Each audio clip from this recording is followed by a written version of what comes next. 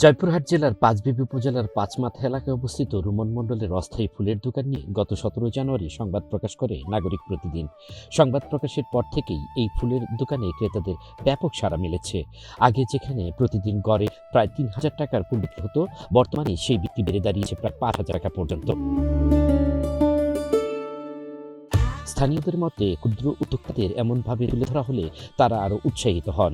নাগরিক প্রতিদিন গণমাধ্যমের ইতিবাচক প্রচারণা একজন ছোট ব্যবসায়ীর জন্য বড় সহায়তা হয়েছে। রুমন মণ্ডলের ফুলের দোকানের বর্তমান চিত্র তারই প্রমাণ। নাগরিক প্রতিদিনের একটি নিউজে দেখেছি পাঁচমাথাতে অনেক সুন্দর ফুল পাওয়া যায়, তাই দেখতে আসছি, নিতে আসছি ফুল। আগের থেকে ফুল অনেক সুন্দর, অনেক ভালো পাওয়া যাচ্ছে। নাগরিক প্রতিদিন একটা নিউজ দেখলাম যে ওখানে নাকি পাঁচমাথাতে খুব ভালো ভালো ফুল পাওয়া যায়। সে নিউজ দেখে আমি আসলাম, এসে দেখি হ্যাঁ আসলে ওনার প্রতিবেদন এবং বাস্তবতা আসলে অনেক মিল আছে। আমি এখান থেকে ওই নিউজের ভিত্তিতে আসে দেখি যে অনেক ফুল সাজানো আছে। এদিকে ফুলের দোকানে বিক্রি ভালো হওয়ায় নতুন এক কর্মচারী রেখেছেন ফুলের দোকানি রুমন মণ্ডল।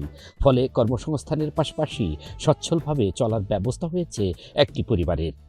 আমি দীর্ঘদিন বেকার ছিলাম। বেকার থাকার পরে এই পাঁচমাথায় ফুলের দোকানে আমাকে মহাজন কর্মচারী হিসাবে রেখে দেয়। আমার বর্তমান দিন ভালোই যাচ্ছে। আমি এই সুবাদে একটু নিজেও সচ্ছল চলাফেরা করতে পারতেছি, পরিবারও ভালো চলতেছে, আর দোকানও অনেকটাই বেচা কিনা যাক মাশাআল্লাহ ভালো হচ্ছে।